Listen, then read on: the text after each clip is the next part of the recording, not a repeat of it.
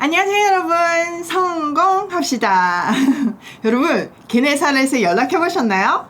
아직도 안 질러보신 분들은 꼭 질러보시길 권해드려요. 저도 했어요. 지난 금요일날 말씀을 묵상하고 엄청 은혜가 되는 거예요. 그러면서 이제 일을 하려고 전화기에 막 이렇게 뭐 왔다 갔다 하고 있는데 카톡에 왜 생일 알림 이런 거 뜨잖아요. 근데 저랑 좀 관계가 서먹한 분의 그 생일 알림 딱 뜬 거예요.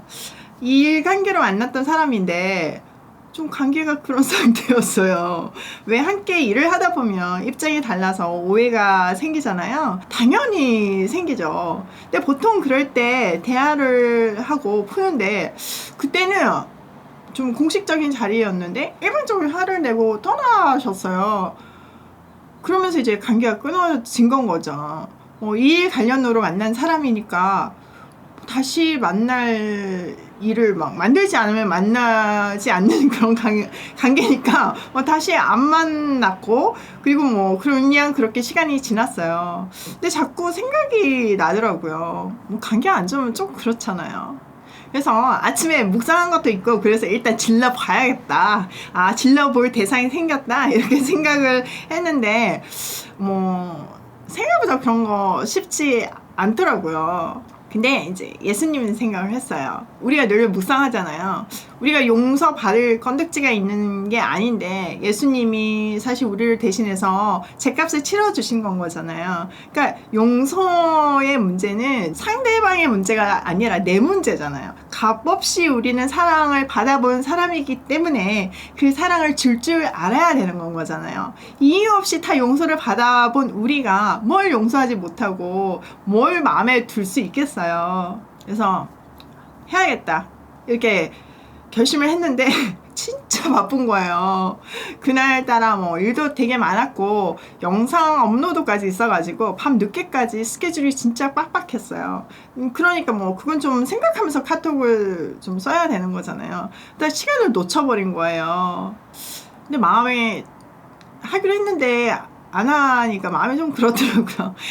그리고 이제 토요일 새벽이 돼가지고 새벽 기도를 하는데 계속 마음에 떠올려 주시는 거예요. 하나님이, 진남, 너는 질러보라고 해놓고 왜 안 하는 건데? 완전 찔려가지고 날이 새기만을 기다렸어요. 그러다가 이제 전화할 수 있는 시간이 됐을 때 이제 톡을 넣었죠. 일단 생일 축하를 한 다음에 그때 서로 입장이 달라서 오해가 생긴 것 같은데 내가 마음 상하게 한 거 있으면 진짜 미안하다고 진심을 다해서 진짜 썼어요. 나는 내 진심을 다했으니까 진짜 나는 그렇게 생각하고 그런 마음이니까 용서 안 하고 싶어도 할 수 없다고 생각을 한 거죠. 일단 보내고 나니까 마음이 너무 행복한 거예요. 근데요, 세상에 곧바로 답장이 왔어요. 자기도 그때 일 때문에 많이 마음이 힘들었대요. 그리고 먼저 축하해주고 톡 줘서 너무 고맙다고. 예! 완전 대박이죠. 여러분, 이렇게 하나님이 이미 상대의 마음을 다 만져 놓으세요. 그러니까 용기를 갖고 일단 질러보세요. 물론 한 번에 안 될 때도 있어요. 저도 제 동생이 거의 20년을 전도했다가 20년 만에 믿게 됐잖아요. 분명 하나님은 하시거든요. 근데 그 통로, 그 귀중한 영혼을 살리고 그 귀중한 일을 하시는 그 통로로 우리를 사용하세요. 그러니까 일단 질러보시고요. 그 은혜 댓글로 남겨주세요. 저도 준비할게요. 진짜 말씀대로 산다는 것은 너무나 신나는 일이에요. 자, 좀 서론이 길었지만 즐거운 일이니까 이제 본문으로 들어가 볼게요. 오늘은 장로들 전통일에서 예수님하고 이제 종교 지도자들하고 공방이 붙는 장면인데요. 1절 볼게요. 바리새인들과 또 서기관 중 몇이 예루살렘에서 와서 예수께 모여 들었다가, 자, 예수님의 인기가 진짜 하늘을 치솟았어요. 종교 지도자들은 비상이 걸린 거죠. 그래서 예루살렘으로부터 갈릴리로 예수님을 찾아왔어요. 자, 여기서 기록된 바리새인들과 서기관들은요, 그냥 한번 봐야지 이러면서 오는 사람들이 아니에요. 그들의 공회에서 공식적으로 파송된 공식적인 대표단으로서 예수님을 조사하기 위해서 온 거예요. 자, 2절. 그의 제자 중 몇 사람이 부정한 손, 곧 씻지 아니한 손으로 떡 먹는 것을 보았더라. 자, 이 조사단의 레이더망에 제자 중 몇 사람이 손 씻지 않고 떡을 먹는 것이 딱 걸렸어요. 손을 씻지 않고 떡을 먹는 것은 청결의 문제를 넘어서 공식적인 종교 의례였어요. 그들이 철저하게 준수하는 장로들의 전통을 어기는 일이었죠. 그러니까 이해가 안 가는 거예요. 장로들의 전통이란 구전되는 전통으로서 원래 율법을 잘 지키기 위한 보조적인 지침이었어요. 제가 말라기 성경 공부를 하다가 11조에 관련된 본문이 나오니까 거기에 대해서 이제 성경적인 해석을 영상으로 올렸잖아요. 그때 여러분들이 막 수많은 답글을 남겨주셨잖아요. 그러면 세전으로 내야 되냐, 세후로 내야 되냐, 뭐 남편 월급으로 해야 되냐, 남편이 싫어하는데 계속해, 뭐 이런 거 많이 물으셨잖아요. 그래서 제가 조금 더 이제 디테일한 설명을 곁들여가지고 성경에 기록된 11조 본문을 들어서 그 의미와 정신을 설명해 드렸어요. 그리고 각자의 신앙 고백으로 자유함으로 11조를 내면 된다, 이렇게 말씀을 드렸거든요. 그래서 또 질문을 하시더라고요. 그리고 구체적으로 어떻게 해야 되냐고요. 마찬가지예요. 율법이 있지만 거기에 대한 세부적인 지침에 대한 질문들이 그때도 있었거든요. 그러니까 유대 선생님들은 거기에 대해서 답을 하면서 그걸 보조 지침서로 만든 건 거예요. 그게 장로들의 전통인 거죠. 근데 그게 성경은 아니잖아요. 잘 지키기 위한 보조 지침서일 뿐이잖아요. 근데 시간이 지나면서 그것들이 성경만큼 권위를 가지게 된 거예요. 처음에는 구전되었어요. 근데 이제 주 3세기 정도 되니까 아예 책으로 편찬되기 시작했어요. 대표적인 문서가 우리가 다 아는 탈무드나 미시나 이런 것들이에요. 자, 그 다음 3절. 바리새인들과 모든 유대인들은 장로들의 전통을 지키어 손을 잘 씻지 않고서는 음식을 먹지 아니하며 또 시장에서 돌아와서도 물을 뿌리지 않고서는 먹지 아니하며 그 외에도 여러 가지를 지키어 오는 것이 있으니 장과 주발과 녹그릇을 씻음이러라. 이에 바리새인들과 서기관들이 예수께 묻되 어찌하여 당신의 제자들은 장로들의 전통을 준행하지 아니하고 부정한 손으로 떡을 먹나이까? 그들은요, 종교 의례로서 손을 씻었고 또 시장에서 돌아와서도 물을 뿌렸고 장과 주발과 녹그릇을 씻고 음식을 먹었어요. 철저하게 정결 예식을 지켰던 거죠.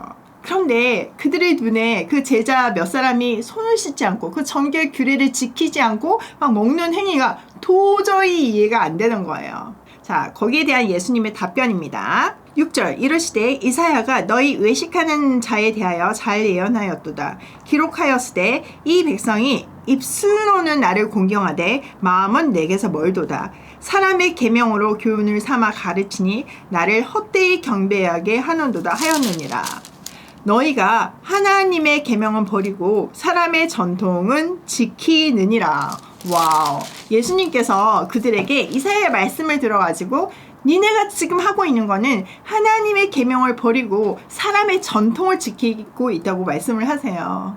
자, 이사야의 말씀에 보면 입술로는 하나님 사랑해요. 난 정말 하나님이 왕이신 줄 알아요. 이렇게 하지만 삶은 거리가 멀다는 거죠. 이미 마음은 저기 있고 딴 데 쳐다보면서 입만 계속 얘기하고 있는 그런 형국이라는 거예요. 그리고 그들이 하나님을 예배하라고 그러면서 자기들이 만들어낸 그런 규칙들을 지키라고 하잖아요. 그거는 지금 하나님을 헛되이 경배하는 거라는 건 거예요. 하나님을 예배하는 거하고는 상관이 없는 일이다, 이 얘기를 하시는 거죠. 그러면서 하나님의 계명과 그들의 전통은 완전히 다르다, 이렇게 구분하고 계시는 거예요. 자, 종교 지도자들은 하나님의 계명 이퀄 장로들의 유전이었잖아요. 근데 예수님은 하나님의 계명과 장로들의 전통은 상관없다, 이렇게 얘기하시는 거예요. 자, 9절.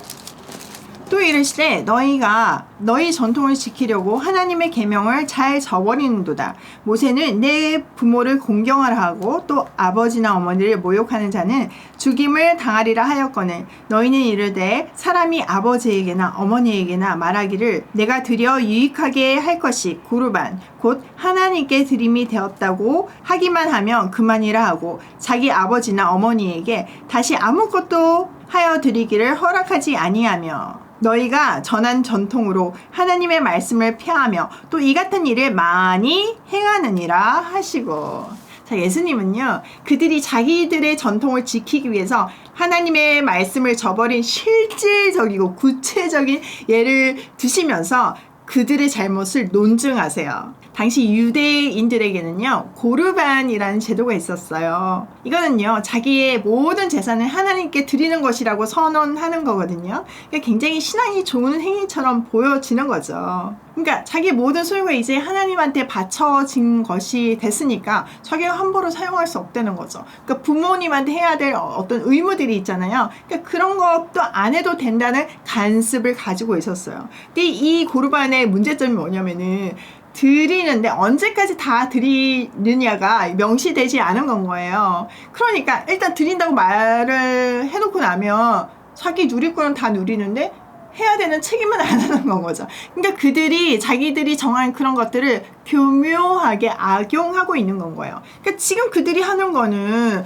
그들의 전통으로 내 부모를 공경하라는 하나님의 말씀, 십계명을 어기고 있는 건 거잖아요. 즉 하나님의 말씀을 폐하고 있는 건 거잖아요. 그러니까 이게 한두 가지가 아니라는 거예요. 이런 일들을 많이 하고 있다. 그렇게 말씀하시는 거예요.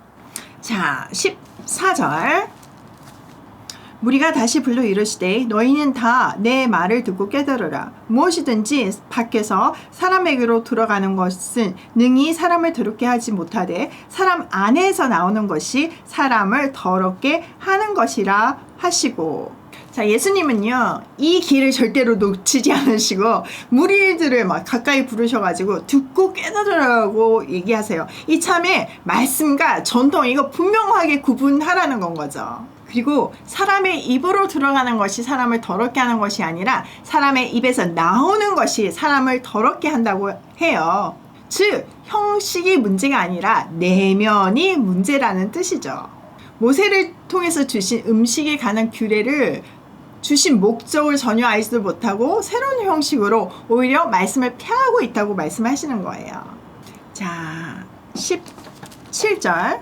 무리를 떠나 집으로 들어가시니 제자들이 그 비유를 묻자온대 예수께서 이르시되 너희도 이렇게 깨달음이 없느냐. 무엇이든지 밖에서 들어가는 것이 능히 사람을 더럽게 하지 못함을 알지 못하느냐. 이는 마음으로 들어가지 아니하고 배로 들어가 뒤로 나감이라. 이러므로 모든 음식물을 깨끗하다 하시니라. 또 이르시되 사람에게서 나오는 그것이 사람을 더럽게 하느니라. 속에서 곧 사람의 마음에서 나오는 것은 악한 생각 곧 음란과 도둑질과 살인과 간음과 탐욕과 악독과 속임과 음탕과 질투와 비방과 교만함과 우매함이니 이 모든 악한 것이 다 속에서 나와서 사람을 더럽게 하느니라. 자, 예수님이 무리를 떠나서 집에 들어가셨을 때 제자들이 그 비유를 물어요. 자, 이 병행 본문인 마태복음에 보면 유대의 지도자들이요, 엄청 자존심 상해하거든요. 자기들은요, 구약 성경에 굉장히 권위 있는 해석자이고 또 그것을 아주 철저히 지키는 의로운 사람들이라고 생각을 했어요. 자부심이 완전 하늘을 찌르고 있었던 거죠. 근데 예수님께서 그들에게 너희들은 말씀도 모르고 오히려 그 이상한 규칙으로 말씀을 폐하고 있다고 얘기를 하니까 막 엄청 자존심이 상할 수밖에 없었어요. 사람들이 다 지켜보고 있었잖아요. 여러분, 지금 여기 찾아온 사람들은 바리새인과 서기관들이었잖아요. 그러니까 그나마 그들은요, 백성의 지지를 얻고 있었어요. 사실 대제사장들하고 뭐 사두개 이런 사람들은 너무나 타락했기 때문에 그나마 이 사람들은 말씀을 붙들고 있었잖아요. 그러니까 그나마 인기가 있었던 거예요. 근데 그 대중의 인기를 얻고 먹고 살고 있는데 갑자기 세례 요한이 나타나가지고 인기를 뺏어가지를 않나. 그 세례 요한을 죽였더니 이제는 더 센 예수가 나타나가지고 완전 뭐 나날이 인기가 급상승하니까 이 사람들은 위기감을 느낄 수밖에 없죠. 그런데 이제 자기네들이 잘못했다고까지 이렇게 못을 딱 박으니까 그들 마음에는요, 저 예수는 반드시 죽여야겠다 이런 무드가 만들어졌고 그게 이제 확고하게 되는 건 거예요. 그러니까 결국 그들이 예수님을 십자가에 못 박거든요. 그러니까 진리에는 관심이 없고 자기들의 신념에 갇힌 불쌍한 사람들의 모습이 여기 성경에 그대로 있는 거예요. 제자들은 이 분위기를 감지한 거죠. 그러니까 걱정을 하면서 마태복음 표현에 의하면 그들에게 걸림돌이 됐다 이렇게 얘기를 해요. 근데 예수님이 신경 쓰지 마라 이렇게 얘기를 하시거든요. 그러면서 이제 그 의미에 대해서 설명을 해주세요.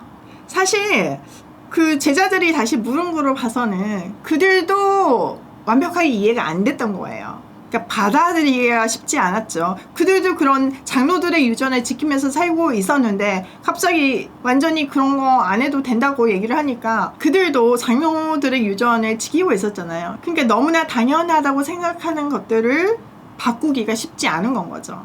예수님은요, 음식 자체가 부정하지 않기 때문에 씻지 않은 손으로 음식을 먹는 거는 그 사람을 더럽게 하지 못한다고 말씀하세요. 그렇지만 입에서 나오는 것은 그 사람을 더럽게 한대요. 왜냐면은 그 입에서 나오는 것은 그 마음 속에서 나오기 때문이라고 말씀하세요. 그 마음에서 나오는 것들이 뭐죠? 다시 한번 볼까요? 21절 속에서 곧 사람의 마음에서 나오는 것은 악한 생각, 곧 음란과 도둑질과 살인과 간음과 탐욕과 악독과 속임과 음탕과 질투와 비방과 교만과 우매함이니 이 모든 악한 것이 다 속에서 나와서 사람을 더럽게 하느니라.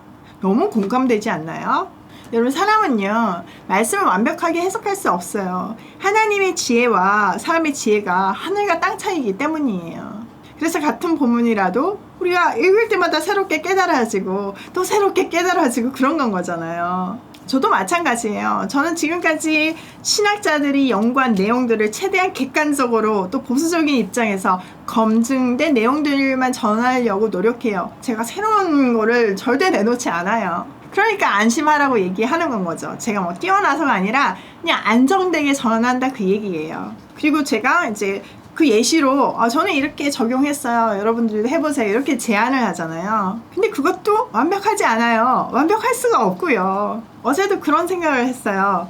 우리가 지금 마가복음에서 이제 요한계시록까지 갈 거잖아요. 그리고 다시 창세기부터 시작해서 다시 마가복음에 이르렀을 때 우리가 얼마나 성장했을까. 이런 거 상상하니까 너무 기대가 되는 거예요. 말씀을 전하는 저도 성장을 했을 거고 말씀을 듣는 여러분들도 엄청 성장을 했을 거잖아요. 그때 나눌 우리들의 어떤 마음과 우리들의 은혜를 생각하니까 진짜 설레더라고요. 여러분들도 기대되시죠? 유대 종교 지도자들은요 분명히 처음에는 말씀대로 살지 못해서 나라가 망한 것을 봤어요. 그러니까 말씀대로 사는 것이 생명이라는 것을 깨달은 거죠. 그래서 말씀대로 살고 싶어서 말씀을 잘 지키고 싶어서 새 칙을 만들었어요. 그게 장로들의 유전이에요. 생각해보세요. 나라가 없어졌잖아요. 나라가 뺏겼잖아요. 그러니까 이형 국가가 없는데 자기네들이 그래도 유대인이다, 하나님의 백성이다, 이것을 밝혀내는 거는, 증명하는 거는 말씀대로 사는 거, 세상에서 구분되는 거, 그것밖에 없었거든요. 그러니까 세상에서 구별되기 위해서 말씀을 지켰는데 그 엉터리로 지키고 살을 붙이고 막 이러면서 그 정신은 사라지고 그 자기들이 만든 규칙을 말씀보다 위에 두게 됐잖아요. 더 무서운 거는 그 위에 둔 자기들의 어떤 세칙을 가지고 말씀을 없애버렸잖아요. 폐하여 버렸잖아요. 참 무서운 이야기예요. 우리가 늘 원본인 말씀 앞에서 내 삶을 맞춰보고 또 교정하지 않으면 내가 복음을 만드는 것이 우리의 주소임을 절대 잊지 말았으면 좋겠어요. 지금 이들도 내가 복음을 만들었잖아요. 여러분, 어제의 은혜가 오늘을 책임져 주지 않아요. 바람과 함께 사라지다에 보면 스카렛이 마지막으로 내일은 내일의 태양이 떠오를 거야 이렇게 얘기하잖아요. 우리도 마찬가지예요. 오늘은 오늘의 은혜로 살아야 되는 거고요. 내일은 내일의 은혜로 살아야 되는 거예요. 어제의 은혜는 쉴 수 있어요. 자, 그래서 오늘도 말씀 앞에서 새롭게 교정받으며 새날에 주신 새 은혜로 고싱해요. 게네사렛 연락해보시기에요.